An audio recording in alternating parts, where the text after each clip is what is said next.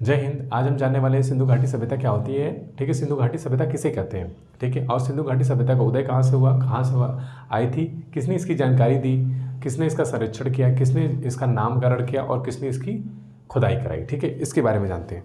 मगर उसके पहले हम बात करते हैं इतिहास क्या होता है, प्राग ऐतिहासिक, आदि ऐतिहासिक और ऐतिहासिक, ये सब सारी चीज़ें क्या होती है। ठीक है, तो इसके बारे में अगर आपको डिटेल में जानना है तो हमने इसके पहले का वीडियो डाला हुआ है। ठीक है, उसका लिंक हम डिस्क्रिप्शन में दे देंगे, आप जाके देख सकते हैं। तो आप उसमें ये जान सकते हैं कि इतिहास किसे कहते हैं, उसके जनक कौन है। ठीक है, प्राग ऐतिहासिक क्या होता है, आदि ऐतिहासिक क्या होता है, ऐतिहासिक क्या होता है। इन सब के इतिहास के कितने पार्ट होते हैं जो हम लोग को पढ़ने होते हैं और हमारे वन डे एग्जामिनेशन में उससे क्वेश्चंस आते हैं। ठीक है, बट उससे थोड़ा सा मिनटों ले सकते हैं कि प्राग ऐतिहासिक होता क्या है। ठीक है, तो हम जान लेते हैं कि प्राग ऐतिहासिक क्या होता है। अगर इसको डिटेल में जानना होगा तो आपको पहला वीडियो देखना पड़ेगा। ठीक है, जैसे प्राग ऐतिहासिक में हमारे 4 चीज़ें आती है, जैसे पूरा पाषाण काल, मध्य पाषाण काल, नव पाषाण काल और उत्तर पाषाण काल, या इसे हम ताम्र पाषाण काल भी कहते हैं। ठीक है, तो जान लेते हैं पूरा पाषाण काल में मनुष्य ने सबसे महत्वपूर्ण चीज़ जो आग की खोज कर ली थी। आग का मतलब ये है कि इस समय देखा जाए तो हर एक चीज़ को चलाने के लिए या जलाने के लिए, ठीक है, सब में किस चीज़ की ज़रूरत पड़ती है, आग की ज़रूरत है। जैसे खाना बनाना है, हमको आग की ज़रूरत पड़ती है, गाड़ी चलानी है, आग की ज़रूरत पड़ती है। अब चाहे वो टू व्हीलर हो या एरोप्लेन हो, सबको चलाने के लिए हमको किसकी, आग की ज़रूरत पड़ती ही पड़ती है। तो वो कब हमारी खोज हो गई थी, वो हमारा खोज कब हो गई, पूरा पाषाण काल में ही उसकी खोज हो गई थी। ठीक है, अब बात आती है मध्य पाषाण काल में। मध्य पाषाण काल में मानव ने अंत्येष्टि संस्कार, ठीक है, अंत्येष्टि संस्कार वो होता है जैसे कि हम लोग कोई मर जाता है, मरने के बाद उसका अंतिम संस्कार किया जाता है, तो उसकी शुरुआत कब हो गई थी, तो उसकी शुरुआत मध्य पाषाण काल में आदि मानव ने करना शुरू कर दिया था। उसके बाद आता है नव पाषाण काल। नव पाषाण काल में मानव खेती करना, अस्थायी आवास और पालतू जानवरों को रखना सीख गया था। ठीक है, उसके बाद आता है ताम्र पाषाण काल। ठीक है, ताम्र पाषाण या उत्तर पाषाण। ताम्र पाषाण काल उस पाषाण काल को कहते हैं जिसमें हम मानव ने तांबे की खोज की थी। तांबे की खोज कब हुई थी हमारा, तो क्वेश्चन आता है कि अगर तांबे की खोज, तो उत्तर पाषाण काल में तांबे की खोज हो गई थी। ठीक है, आज को जो हम लोग को पढ़ना है वो आदि ऐतिहासिक। अब आदि ऐतिहासिक होता है क्या, आदि ऐतिहासिक कहते किसको है। ठीक है, फिर उसके बाद आएंगे हम लोग सिंधु घाटी सभ्यता पे। तो आदि ऐतिहासिक उसे कहते हैं जिसमें हमको लिखित स्रोत तो मिलते हैं लेकिन उसको पढ़ा नहीं जा सकता। सपोज जैसे कुछ लोग की राइटिंग ऐसी होती है जिसको तो लिखने के लिए तो वो लिख देते हैं, मगर कोई दूसरा बंदा अगर उसको पढ़ना चाहे तो नहीं पढ़ सकता है। ऐसा बहुत बार आप लोगों ने देखा होगा, आपके साथ भी होंगे। जैसे बचपन में क्या होता था, जैसे कुछ बच्चे ऐसा लिखते हैं टेढ़ टावड़, चाहे अभी भी जैसे कुछ लोग कहते हैं ना डॉक्टर की राइटिंग, तो डॉक्टर की राइटिंग तो एक ऐसी होती है कि जो मेडिकल लाइन में होगा वो समझ जाएगा, बट एक आम इंसान को दिया जाए तो वो नहीं समझ सकता। ठीक उसी तरह से आदि ऐतिहासिक में था कि जो उस समय के लोगों ने लिख दिया है, लिखे स्रोत तो हम लोग को मिले लेकिन उसको इस समय के लोग पढ़ नहीं सकते। ठीक है, ऐसा था। तो अब इसकी जानकारी किसने दी थी, तो जानकारी हमारे चार्ल्स मैसन ने दी थी। ठीक है, चार्ल्स मैसन ने हमको जानकारी कब दी थी, 1826 ईस्वी में इसकी जानकारी दी थी। आदि ऐतिहासिक के बारे में हमारे 1826 ईस्वी में हमको जानकारी मिली थी। ठीक है, 1826 ईस्वी में ही चार्ल्स मैसन ने हमको जानकारी ये दी थी कि कम से कम ये जो एरिया है, मतलब जो सिंधु घाटी सभ्यता की एरिया है, वो उसकी जानकारी हमारी किसने दी थी, चार्ल्स मैसन ने। अब उन्होंने जानकारी दे दी कि जो ये सभ्यता, कोई ऐसी सभ्यता या कुछ लोग हैं जो कि यहाँ पे पहले रहते थे, उसकी जानकारी इन्होंने 1826 में दे दी थी। अब उसके बाद उस एरिया के, मतलब ये जो जानकारी दी थी उस एरिया के अकॉर्डिंग उस पर सर्वेक्षण, मतलब जांच की गई कि हाँ कहाँ से कहाँ तक ये पूरी एरिया फैली हुई है। तो उसका जो सर्वेक्षण किया था उसको ए कनिंघम का फुल फॉर्म है अलेक्जेंडर कनिंघम ने उसको 1856 ईस्वी में, 1856 कितने एरिया में ये सभ्यता फैली हुई है जो इन्होंने जानकारी दी थी। ठीक है, उसके हिसाब से इन्होंने पूरे एरिया का सर्वेक्षण किया कि ये एरिया कितनी एरिया में फैली हुई है। ठीक है, उस एरिया का सर्वेक्षण किसने किया था, ए कनिंघम ने किया था। ठीक है, फिर उसके बाद कुछ समय के बाद 1861 में इन्होंने किसमें सर्वेक्षण किया, 1856 ईस्वी में इन्होंने सर्वेक्षण किया। ठीक है, अब उसके बाद 1861 में भारतीय पुरातत्व विभाग बनाया गया। वो उसके थ्रू जितने भी मतलब पुरानी चीज़ें थी उसकी खोज या देख रेख जो भी होनी थी वो उसके अंडर में होती थी। भारतीय पुरातत्व विभाग किसके समय में हुआ था, ए कनिंघम के दिशा निर्देश में उसका नींव रखी गई थी, मतलब उसको बनाया गया था। ठीक है, उसके बाद अब जनक या उसका नामकरण किसने किया था कि ये सिंधु घाटी सभ्यता, तो उसका नामकरण किया था जॉन मार्शल को। ठीक है, 1902 ईस्वी में भारतीय पुरातत्व का महानिदेशक बनाया गया था, जो कि उसके बाद इन्होंने इस चीज़ को मतलब छानबीन सारी चीज़ें होने के बाद जब लगा तो इन्होंने उसका नामकरण किया सिंधु घाटी सभ्यता। ठीक है, अब बात आती है कि सिंधु घाटी सभ्यता नाम पड़ा क्यों। सिंधु घाटी नाम सभ्यता नाम पड़ने का रीज़न ये था कि सिंधु घाटी, सिंधु जो नदी थी उसके आस जितने भी शहर थे, ठीक है, वो जितने भी नदी के शहर थे या सिंधु घाटी के आसपास के जितने शहर थे वो किस नदी के किनारे, सिंधु नदी के किनारे बसे हुए थे, ठीक है। इसी रीज़न की वजह से उसका नाम जो है सिंधु घाटी सभ्यता रखा गया, ठीक है। जैसे रावी हो गई, झेलम हो गई, सतलज, जितनी भी नदियाँ थी वो डायरेक्टली या इनडायरेक्टली किससे जाके मिलती थी, सिंधु नदी से जाके मिलती थी, ठीक है। तब होता क्या है उसमें, जैसे कि सिंधु नदी से मिलती है और सिंधु नदी डायरेक्टली जाके किसमें, समुद्र में जाके मिल जाती थी, तो इसीलिए वहाँ पे कोई नाम न रख के वहाँ पे रख दिया कि सिंधु घाटी सभ्यता, कि सिंधु नदी के किनारे बसे हुए जगहों को, बसे हुए शहरों को सिंधु घाटी सभ्यता नाम दे दिया गया। वो किसके द्वारा दिया गया था, जॉन मार्शल के द्वारा, ठीक है, जॉन मार्शल ने किया था नामकरण। उसके बाद बात आती है कि जब जॉन मार्शल को लगा कि यहाँ पे तो कुछ खतरा, मतलब चीज़ें निकल रही हैं, कुछ कहीं पे ईंटा हो, कहीं पे पत्थर हो, कहीं पे मतलब एकदम खड़ा खड़ा ईंटा निकल रहा है, वो ईंटा निकालते लगे तो अच्छा खासा, मतलब एक एक टाली, दो दो टाली ईंटा निकल जाए।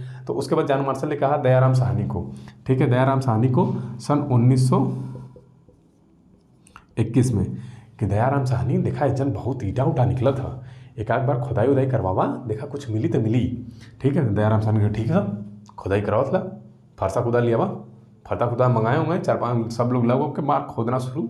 1921 में इन्होंने खुदाई कराना शुरू किया, कहाँ पे, हड़प्पा में। जो सिंधु घाटी सभ्यता में जो पहली खुदाई कराई गई थी इनके द्वारा, वो कहाँ पे, हड़प्पा में, ठीक है, हड़प्पा में पहली खुदाई हुई थी।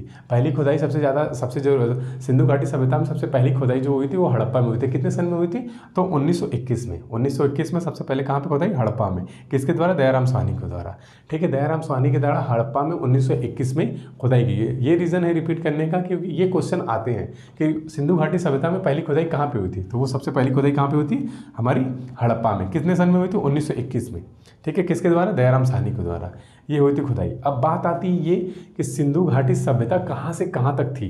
जब एरिया का सर्वेक्षण हो गया, खुदाई स्टार्ट हो गई, नामकरण हो गया, तो उसकी बात आती है कहाँ से कहाँ तक थी। तो उसका जो एरिया था, ये देखिए एक मैप है, ठीक है। मैप को पहले जान लेते हैं ये कि मैप में जो ये होता है, ऊपर वाला जो होता है उत्तर, नीचे दक्षिण, ठीक है, फिर पूरब पश्चिम, ऐसे होता है, ठीक है। तो ये मैप है, यहाँ पे जो ऊपर वाला एरिया है जम्मू कश्मीर का, ठीक है। नीचे जैसे ये वाला जो एरिया होता है, सबसे ज़्यादा जो जगह मिली थी सिंधु घाटी सभ्यता में, ठीक है, सबसे ज़्यादा जो शहर मिले थे वो किस में मिले थे, ये गुजरात वाली एरिया नहीं, इसी में सबसे ज़्यादा मिले थे, ठीक है। गुजरात में, फिर इधर अफगानिस्तान में, ईरान में, पाकिस्तान में, इधर इधर करके जम्मू कश्मीर, ये सब सारी चीज़ों में मिले थे। फिर यहाँ पे मध्य प्रदेश, उत्तर प्रदेश में कुछ इस एरिया के बाहर। तो सिंधु घाटी सभ्यता को, ठीक है, त्रिभुजाकार एरिया में कहा जाता है, मतलब इसकी जो आकार था वो कौन सा था, त्रिभुजाकार, ठीक है, त्रिभुजाकार, ठीक है। इसका एरिया जो था उसका त्रिभुजाकार एरिया में, मतलब एक त्रिकोण के शेप में था। जैसे अपना इंडिया का मैप देखा जाए तो एक तरह से चतुर्भुज है, जैसे ये देखिए, ये ऐसे आ जाता है, ठीक है, एक ऐसे चला जाता है, तो इस तरह से चतुर्भुज टाइप बन जाएगा, ठीक है। तो इसी तरह जो हमारा सिंधु घाटी सभ्यता थी वो त्रिभुजाकार के एरिया में थी, ठीक है, त्रिभुजाकार में। सबसे ज़्यादा सर इसके कहाँ पे मिले हैं, हमारे गुजरात में। अब पूछा जाता है, क्वेश्चन आता है कि इसका जो क्षेत्रफल था वो कितना था, तो इसका जो क्षेत्रफल पूरा था ये था 13 लाख किलोमीटर, ठीक है। कितना था, 13 लाख किलोमीटर था, ठीक है, 13 लाख किलोमीटर इसका पूरा क्षेत्रफल था। जैसे अपने इंडिया का, पूरा इंडिया का देखा जाए तो 32 लाख कुछ हज़ार किलोमीटर है, मतलब अप्रॉक्स 32 लाख किलोमीटर के एरिया में अपना पूरा इंडिया का है, ठीक है। उसी तरह इसका 13 लाख किलोमीटर था। तो जो हमारा हड़प्पा थी वो, ये जो पंजाब है ना, यहाँ पे जैसे ये यहाँ से जाएंगे, ये गुजरात है, फिर ठीक है, यहाँ से पंजाब जो हमारा यहाँ पे मिलता है, पंजाब जो कुछ पंजाब तो हमारा पाकिस्तान में है और कुछ हमारे इंडिया में है, तो पंजाब प्रांत जो था यहीं पे हड़प्पा, तो हड़प्पा यहीं पे मिला था, ठीक है, हड़प्पा। अब बात आती है कि हड़प्पा किस नदी के किनारे, क्वेश्चन आता है कि हड़प्पा किस नदी के किनारे बसा हुआ था, तो हड़प्पा बसा था किस नदी के किनारे, रावी नदी के किनारे बसा हुआ था, ठीक है। तो अब इसमें हम लोगों ने ये जान लिया कि किस नदी में और कहाँ पे, मतलब कितनी एरिया थी, ठीक है, उसका आकार कौन सा, त्रिभुजाकार, कितना क्षेत्रफल था उसका, 13 लाख किलोमीटर, ठीक है। सबसे पहली खुदाई कहाँ हुई थी, हड़प्पा में हुई थी, ठीक है। अब बात आती है कि जो त्रिभुजाकार था, क्वेश्चन ये भी पूछता है कि सबसे ऊपर वाली जगह कौन सी थी, ठीक है, सबसे उत्तर वाली, फिर सबसे दक्षिण वाली, फिर पूरब पश्चिम, ये सारी चीज़ें जगह कौन सी थी। तो जैसे ये देखिए लिखा हुआ है इसमें, तो जो सबसे ऊपर वाला त्रिभुजाकार में से जो सबसे एकदम ऊपर मिला था वो था कौन सा, मांडा, ठीक है, मांडा जगह थी, वो मांडा जगह कहाँ पे थी, सबसे ऊपर में थी, ठीक है। उसके बाद जो बीच में था पूरब, ये उत्तर दिशा में जो था एकदम उत्तर में, वो कौन था, मांडा था। नीचे बीच में कौन था, पूरब वाले में ये था आलमगीरपुर, ठीक है, आलमगीरपुर यहाँ पे था।